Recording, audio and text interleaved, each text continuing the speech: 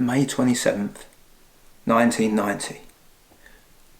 27,000 people reclaim a toxic waste site. Seriously, a toxic waste site reclaimed as a green space and wetland in the middle of the Cheshire countryside with factories and industrial chimneys in the background. The setting couldn't be more perfect because that's what this band mean to me.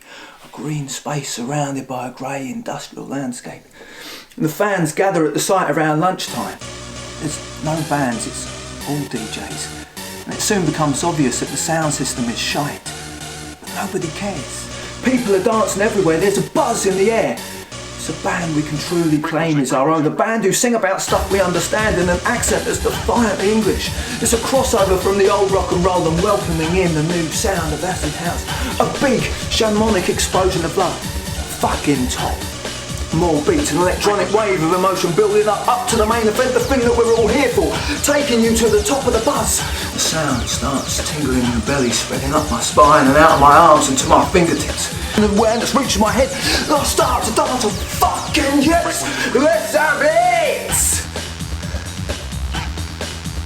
Now, I only wish this is the way it all went down. At 9 PM that night, pretty much at the same time as Ian Brown sauntered into the centre of the stage to give a godlike performance, I stood stark bollock naked in the middle of a Colchester BP garage, telling the world I was Jesus. It wasn't like I didn't have a ticket, I did. I got them the first day they were released. And it wasn't like I didn't have a way of getting there, I did. Train ticket brought, route from station plan, bucket hat brought, 2 ounces of solid and enough whiz to send me to outer space. Now I know that they say that Spike Island was all about ecstasy, and for some I have no doubt that it probably was. But at £20 a pill, those kind of prices were way out of my league. And besides, getting hold of any was like finding the Holy Grail.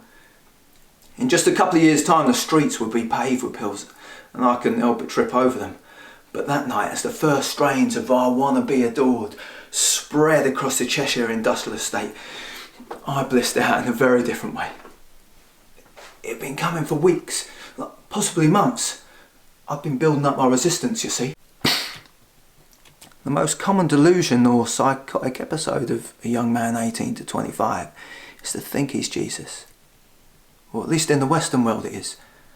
But what the fuck is that about? Is that a lack of power? Or the need to feel special or unique? For me, I just wanted to let everyone in on my secret. It had been building and bursting to get out of me, and in the end it was like an uncontrollable urge, a wave that swept me away, and nothing else mattered. Not the gig, the roses, Ian Brown, John Squarey, Manny, nothing. I'm a fucking statistic, I am.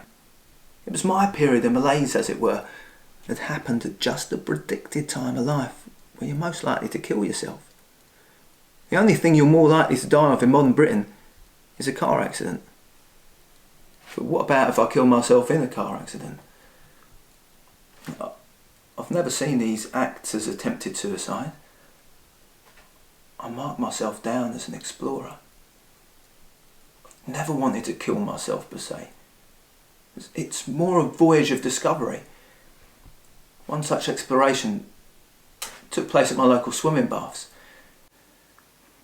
Did you know, on the edge of drowning, you reach a point of clarity, a point of absolute calmness, a point of ecstasy, where you find all your answers. The lifeguard didn't seem to appreciate this explanation.